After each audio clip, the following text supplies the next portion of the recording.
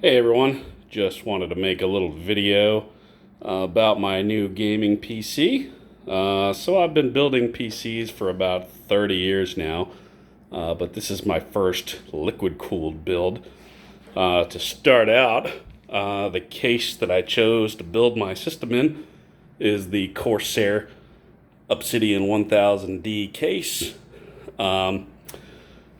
This is a monster case, just to forewarn you, in case you think of buying this case weighs about 65 pounds empty. So this finished machine is pretty heavy. Now, just in case anybody watching this is considering making a similar build, a little piece of advice, which will hopefully make your lives a little bit easier than mine, is this case comes with some trays in the front and up top. By default, the tray in front is an 8x120 tray, and these trays slide out of the case, making it easy to put these radiators and fans in there. By default, up top comes with a 3x140 tray. So I went ahead and made my build with the default configuration. And unfortunately found out that once I tried to put the trays in, the front tray and the top tray had clearance issues. So I could not get the radiators and fans all in there together. What I found out is if you watch the Corsair video, it looks like they build that system with the default tray settings, but they actually have an 8x120 on the front and up top.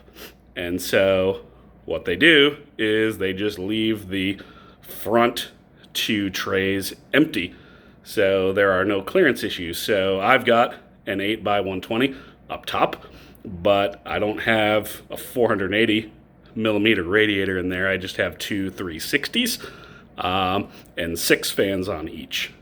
So these trays, these 8x120 trays, are almost impossible to find.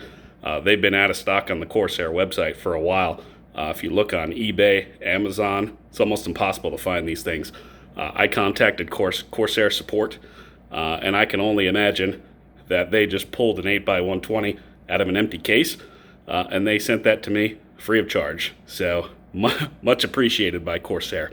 So what I've got here, I've got two 480 millimeter radiators and 16 fans up front. I've got two 360 millimeter radiators and 12 fans up top.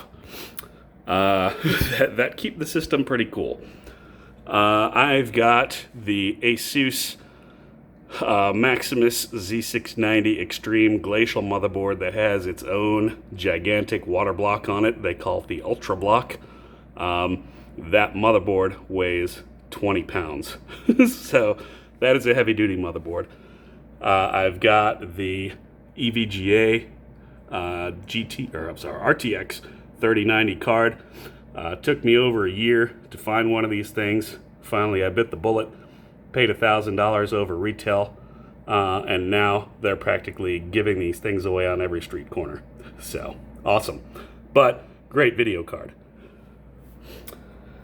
Now, the best $30 I spent on this whole thing is this flow indicator right here, and you'll notice that little thingy in the middle is spinning. That lets me know that my coolant is actually flowing through the loop.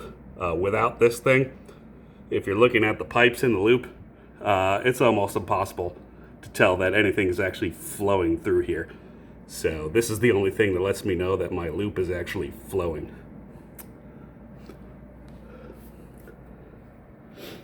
Okay, for battery backups, I actually bought an exclusive battery backup just for the case alone. So my case is the only thing plugged into this battery backup on the right. All of my peripherals are plugged into the second battery backup on the left. Got me a couple of new 4K 32-inch monitors, but for the gaming, I play my games on my 65-inch TV over here, so that works out really nicely.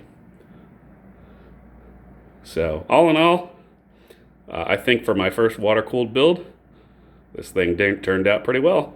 So if anybody has any questions, please feel free to ask me, and I will respond to any questions that I can. So thanks for watching.